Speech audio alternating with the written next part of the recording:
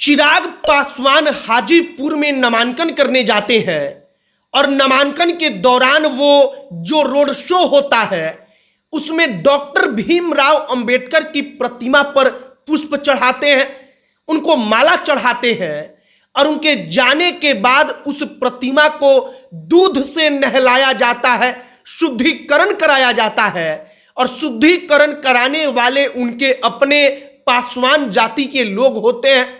वह कहते हैं कि चिराग पासवान ने बाबा साहेब को छू दिया तो बाबा साहब अछूत हो गए, वो अशुद्ध हो गए, अब उनका शुद्धिकरण करना होगा और 51 लीटर दूध से उनको धोया जाता है। सबसे पहला सवाल कि अगर चिराग पासवान बाबा साहब अंबेडकर की प्रतिमा या कहीं भी जाते और अगर कोई अगड़ी जाति का आदमी, अगड़ी जाति से ताल्लुक रखने वाले लोग ऐसा कर देते हैं तो उनके साथ क्या होता? तो क्या अगर उनकी अपनी जाति के लोग ऐसा कर रहे हैं तो वो छुआछूत को बढ़ावा देने के कैटेगरी में नहीं आएगा? और भारत का संविधान कानून कहता है कि किसी भी आदमी को किसी भी प्रकार से अगर छुआछूत मानकर टारगेट किया जाएगा तो वो कानूनन अपराध है। तो क्या अब चिराग पासवान ने जब प्रतिमा को छुआ और उसके बाद शुद्धिकरण उसका कराया गया तो वो तमाम लोग पकड़कर जेल जाएंगे? आगे इसी पर बातचीत करेंगे। संविधान का अनुच्छेद 17 क्या कहता है इसके बारे में बातचीत करेंगे, लेकिन उससे पहले हमारा नमस्कार स्वीकार करिए। हमारा नाम मोहित कुमार सिंह है और अब आइए इस कहानी पर। दरअसल चिराग पासवान हाजीपुर में अपना नामांकन दर्ज करने के लिए आगे बढ़ रहे होते हैं। भीमराव अंबेडकर की प्रतिमा पर आमतौर पर नेता ऐसा करते हैं, चिराग पासवान भी जाकर उनको फूल माला चढ़ाते हैं, लेकिन उनके वहां से जाने के बाद कुछ पासवान समाज के लोग 51 लीटर दूध लेकर जाते हैं और कहते हैं कि चिराग ने छू दिया तो बाबा साहब अशुद्ध हो गए, अब उनका शुद्धिकरण कराना होगा। अब सबसे पहले आप बात समझिए, अगर चिराग पासवान ने किसी प्रतिमा को छू दिया, अगर कोई भी आदमी कहता है कि वो अशुद्ध हो गए, उसका शुद्धिकरण हमने कराया, तो वह कानूनन अपराध है। कानूनन अपराध इसलिए है क्योंकि अगर कानून आपको एक नजर से देखता है तो वो नियम और कायदा कानून सब पर एक बराबर लागू होगा और छुआछूत को बढ़ावा देने वाला कार्य या छुआछूत की नजर से कोई कहे कि चिराग पासवान अछूत है, उसने बाबा साहब को छू दिया तो बाबा साहब अशुद्ध हो गए, तो उसके ऊपर भी कार्रवाई होनी चाहिए।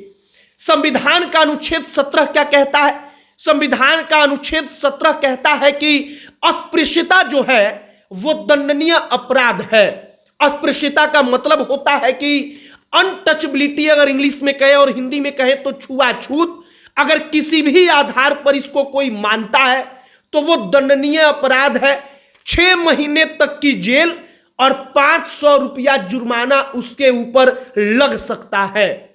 अब चिराग पासवान, पासवान जाति के बड़े नेता, अगर वाकई में एकदम साधारण शब्दों में कहा जाए तो इस वक्त पर कोई पासवान जाति में और बिहार में दलित महादलित में चिराग पासवान जैसा युवा लोकप्रिय चेहरा नहीं है। लेकिन चिराग पासवान के साथ उनकी अपनी जाति के लोग ऐसा करते हैं तो क्या वह छुआछूत के कैटेगरी में नहीं आता? और अगर आता है तो उनके ऊपर कार्रवाई कब होगी? बाकी वो लोग चिराग पर आरोप लगाते हैं कि चिराग पासवान जो संविधान में आरक्षण दिया गया है उसको खत्म करने का पैरवी करते हैं।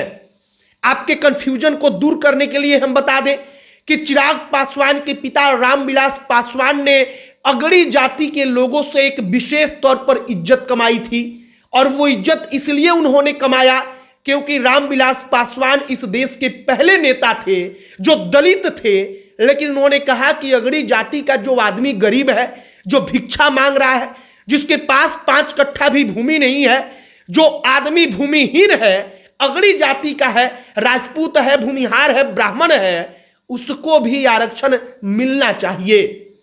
अब चिराग पासवान के पिता इनके ऊपर कहा जा रहा है कि ये लोग संविधान में आरक्षण के प्रावधानों का विरोध कर रहे हैं, जबकि सच्चाई यह है कि चिराग पासवान और उनके पिता ने एकाध बार इस बात का जिक्र किया है कि अगर कोई दलित मानता है अपने आप को कि हम सक्षम हैं, वो अरबपति है, तो वो अपनी स्वेच्छा से कह सकता है कि हम आरक्षण का लाभ नहीं लेंगे। बाकी कंफ्यूजन मन में मत रखिए, लेकिन चिराग पासवान के साथ जो कुछ हुआ है, शायद इस बात पर कार्रवाई होनी चाहिए। आपकी क्या राय है कमेंट बॉक्स में लिखकर बताइएगा। अब अंत में हमारा परिचय, हमारा नाम मोहित कुमार सिंह है। बहुत बहुत धन्यवाद।